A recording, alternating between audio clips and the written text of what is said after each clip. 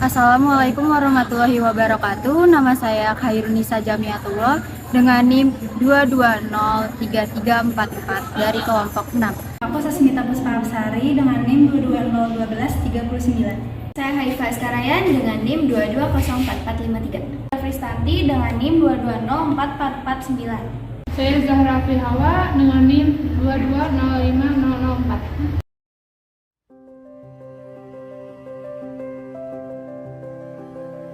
Sudah 77 tahun Indonesia merdeka, bukan waktu yang singkat untuk kita bisa merasakan kemerdekaan ini.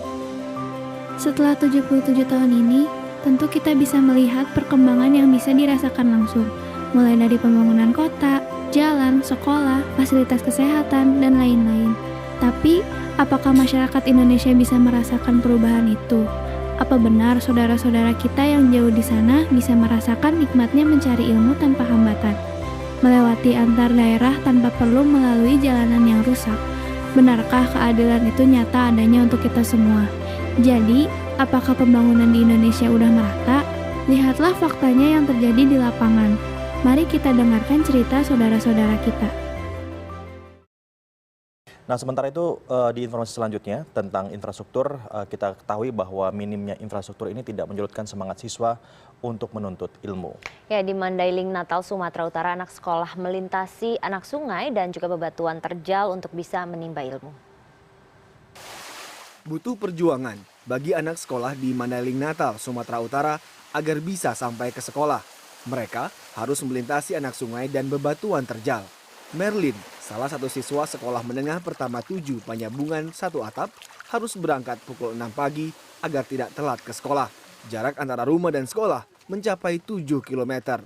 Tidak hanya Merlin, sebagian siswa yang menuntut ilmu di Sekolah Dasar Negeri 109 Siobon juga melakukan hal yang sama setiap pagi. Berangkat jam berapa dari rumah tadi? Jam 6, Pak. Kenapa berangkat cepat kali? Jauh dari rumah ke sekolah, Pak. Berapa jauh rupanya dari rumah ke sekolah? 2 jam, Pak. 2 jam. Pernah terlambat? Pernah. Oke, kalau misalnya hujan, terus banjir, gimana jalannya? Susah? Susah, Pak. Kepala Sekolah SMP 7 1 Atap dan SD Negeri 109 Panyabungan, Sahrudin mengaku memberi keringanan terhadap siswa yang terlambat sampai sekolah. Sekolah berharap pemerintah daerah memperbaiki akses jalan menuju sekolah. Idris Tanjung, Mandailing, Natal.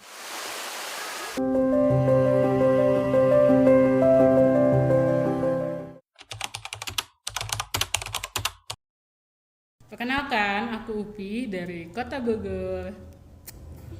Mita Puspapsari dari Purwakarta. Aku Haifa dari Subang. Zahra dari Bandung, Kabupaten Bandung.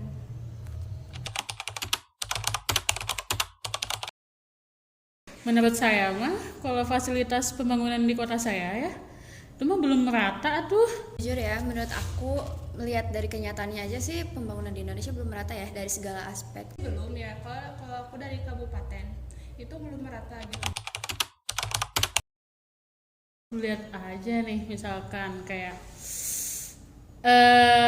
kalau di kota Bogor nih, mau ngerosting Bogor, maaf Bogor.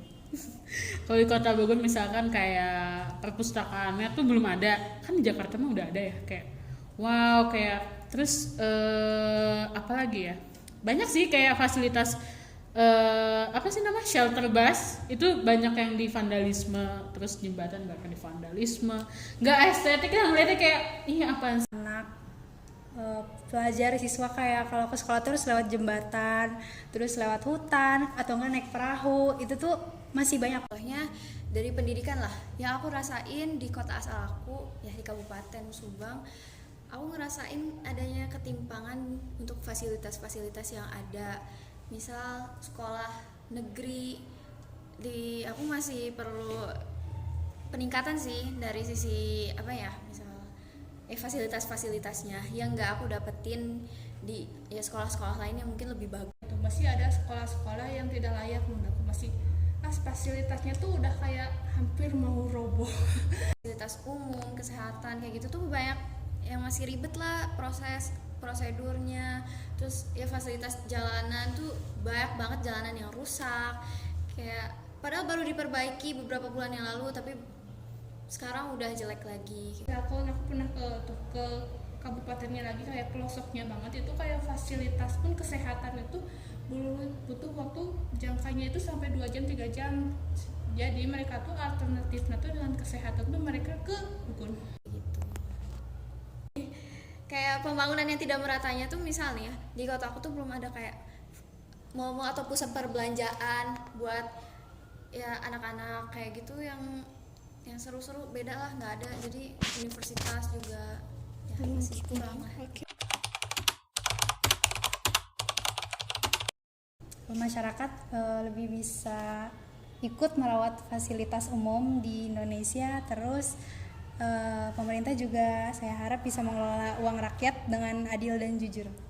Semoga pembangunannya makin merata. Jadi kalau soal kan kesehatan itu penting ya, takutnya tuh ada kejadian-kejadian apa jadi mudah ditangani. Ya, semoga Indonesia tuh lebih lagi dari yang sekarang untuk fasilitas semua merata di seluruh Indonesia. Walaupun pasti nggak mudah gitu ya, tapi setidaknya tiap daerah tuh bisa merasakan teknologi kemajuan gitu ya, untuk mengakses tiap daerahnya tuh semoga lebih mudah gitu ya.